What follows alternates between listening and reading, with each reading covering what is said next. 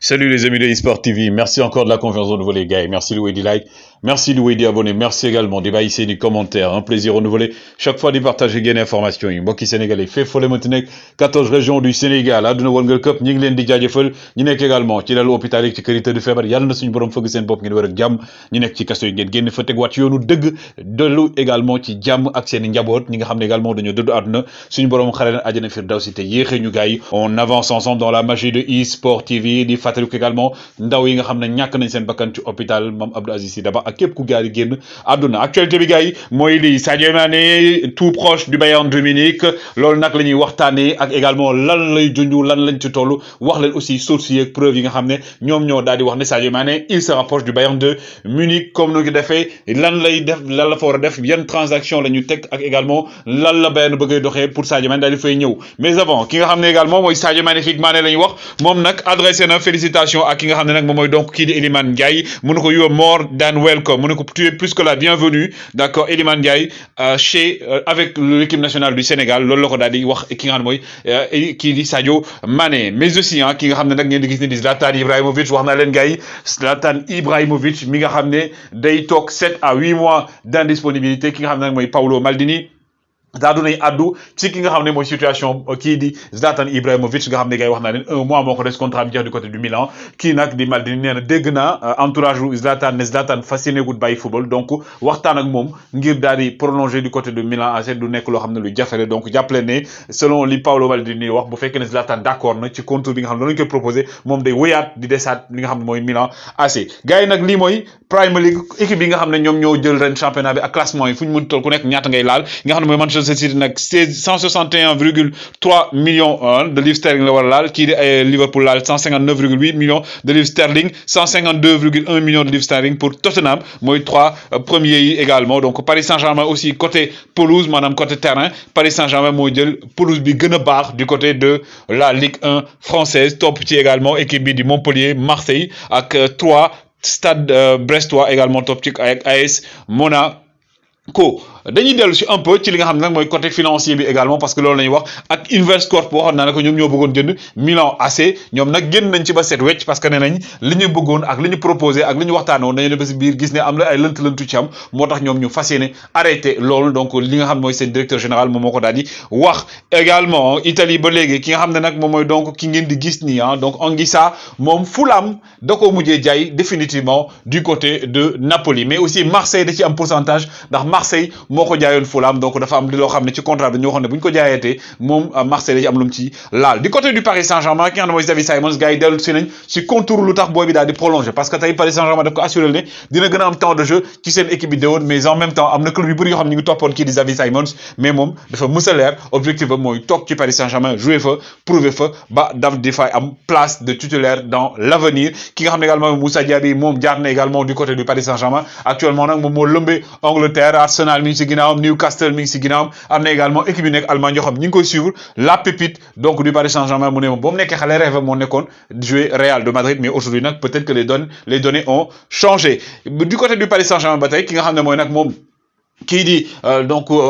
comment dirais-je Pochettino nee na lenn moo leen dese du côté du Paris Saint-Germain mooy jël trophée boo xam ne depuis plus de 40 ans gars yi ñu ngi ciy topp mu ñu fexe ba jël ko muy lii di Ligue des champions bi et que moom bëgg na année bi ci des gars yi jox ko chance mu daal di prouver ne mën na gagner ak ki nga xam ne mooy Paris Saint-Germain ci loolu nag Achraf Hakimi moom wax na ne moom moo njëkk a yëg ne kii di Kylian Mbappé day prolonger du côté du Paris Saint-Germain nee na yëg na ko ay jours avant moom mu koy annoncé nee na yeneen jours yi nag ci vestiaire yi lañ ko yëgee lu tax loolu nag mooy que ne moom Kylian Mbappé ak moom ay xarit dañ dëggantaan moo tax moom la ko daal di njëkk a yëgal pendant ce temps Carvajal moom mi ngi sànni xeer Kylian Mbappé ba léegi waa Real moom jamono ji sama mbokk waa Real de Madrid yeeg ñëpp ñoom ñu fi ne nii ñoom ñëpp ñu ngi acharné wu ci ki xam ne mooy donc waa Kylian Mbappé parce que aussi journalistes yi ñoo leen di poser question ci Kylian Mbappé Carvajal nee na nag Real de Madrid moom benn yoon la train bi di jaar bu xasee ba romb tamit amoo chance nee na aujourd'hui donc tey Real joueurs yi ñoo ko soxla mais moom soxlawul joueurs yi ki nga xam ne nag moom mooy donc Luis Suarez am xam ngeen ne annoncé na ne day quitter l'Atlético de Madrid Luis Suarez gars yi moom nag fi mu ne nii ñi ngi koy tudd du côté côté de MLS mais aussi ñu ngi koy wax du côté de l'Angleterre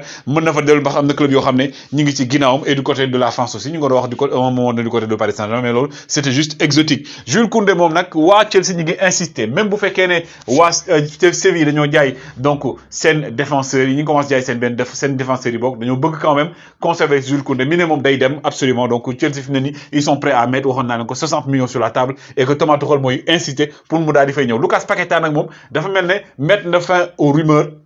ñu doon wax ne moom day jóge Lyon ndax dafa def yenn ki compte Instagram moom déclaration mu ne enfin di remercier supporters lyonnais yi ci encouragement yi ak saison bu métti bi ñu jugoon ne jot na nag mu noppaliku ngir déwoon mu daal di ñëw ak club bi atteindre yeneen objectif inchallah loolu la wax Sadio Mané proche d'un départ l'équipe moom moo ko wax gars yi wedd gis bokku ci l'équipe nag nee na actuellement Sadio Mané dafa am accord de principe ak équipe bi du Bayern de Munich pour un contrat boo xam ne après Ligue des Champions bi lay joxe décision mais également du côté de l'Allemagne Bild Sport moo ko commencé wax démb gaay mais dama bëggoon am lu leer Bild ñoom aussi nee nañ ñi nga xam ne mooy Bayern de Munich officiellement actuellement ñoom ils font tout pour que Sadio Mané daal di fay ñëw parce que moom la ñu bëgg tey mu ñëw nekk également ci seen équipe bi nga xam ne fer de lance bi dañoo bëgg moom mu nekk ko ak ki nga xam ne mooy yeneen joueur di ngeen ko gis ci kanam Sadio Mané nag aujourd'hui gars yi ñii liñ ci wax mooy que ne donc contrat bi ce serait aux environs proposition bi de 30 millions d'euros la ñu wax première proposition maintenant est-ce que Sadio Mané buy dem Liverpool dina nangu jaayee ko 30 millions d'euros on ne sait pas mais ce qui est sûr mais que même bu ñu ko jaayee 30 millions d'euros dina am yeneen prix de signature yoo xam ne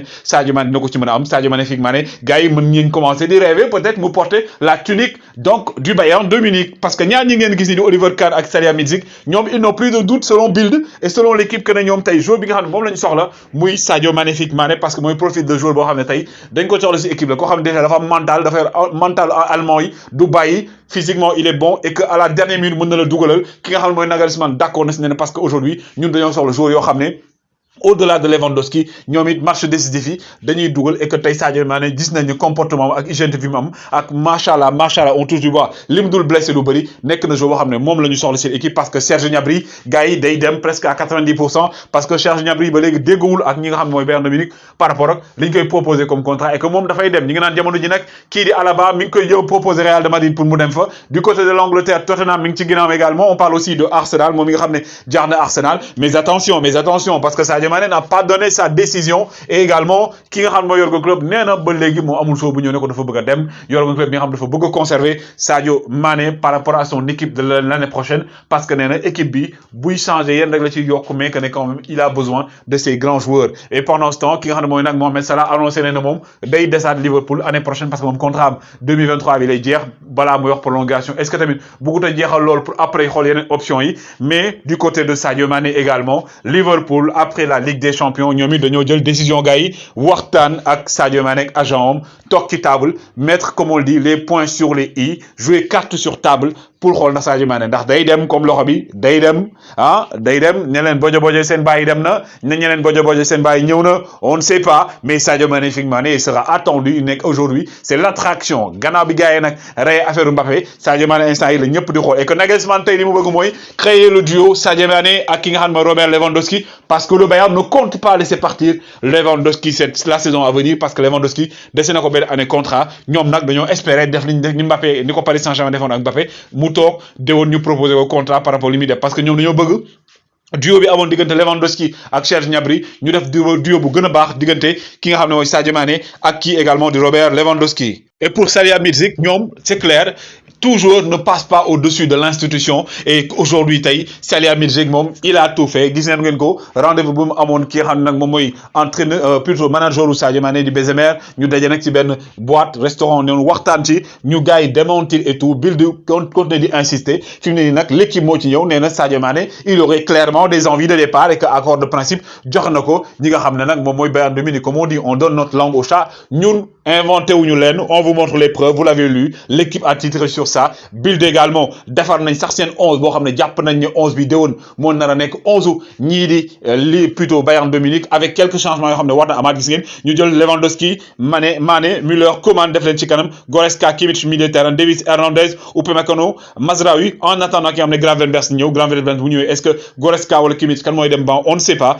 mais sachez que aujourd'hui gars yi Sadio Mané se dirige lentement et avec beaucoup plus de probabilité possibilités du côté de l'Allemagne avec le Bayern de Munich, les Bavarois, gars. Mais attendant, demain, en attendant, moi, une finale Ligue des Champions le 28 mai, Sadio Mané va entrer dans l'histoire, on l'espère, avec l'équipe de Liverpool, bi wara dajé ak Real de Madrid, la Casablanca, mi bëgg jox ki nga xamné également mom moy Florentino Pérez son 10e sac pour mu égaler ki nga xamné moy Santiago Bernabéu. Mais gars, tout à l'heure, on va parler de cet homme. Dinañ wax ci gaay bi indi len ci lu leer ki xamé ngeen ko moy Aurelio De Laurentiis actuellement mi ngi toj dëkk bi du côté du Napoli. Mom amul lu mu waxul également ci wa Barcelone ak yenen ak surprise yu wara ñëw gars. On l'attend après, mais surtout gars, woy len di like, woy len di abonner, n'oubliez pas surtout premier commentaire bi ngeen dem cliquer ci lien TikTok ba Instagram bi, abonner pour jot également chronique yi waji ñëw ak direct yi ñu bëgg def. Ñi laaj nan la mel ak kan may kan, inshallah on espère, on vous promet rien que dinañ mëna développer yenen ak yeen gars. Pendant ce temps gars, on souhaite bonne chance au GOAT Sadio Mané, le meilleur joueur africain actuellement et l'un des meilleurs joueurs du monde, le meilleur joueur sénégalais, donc dans l'histoire du football, ken d'autre ko dini gars. Woy len di like, woy len di abonner, toujours un plaisir de vous servir. On avance ensemble dans la magie de eSport TV. Dia Gen Jeff.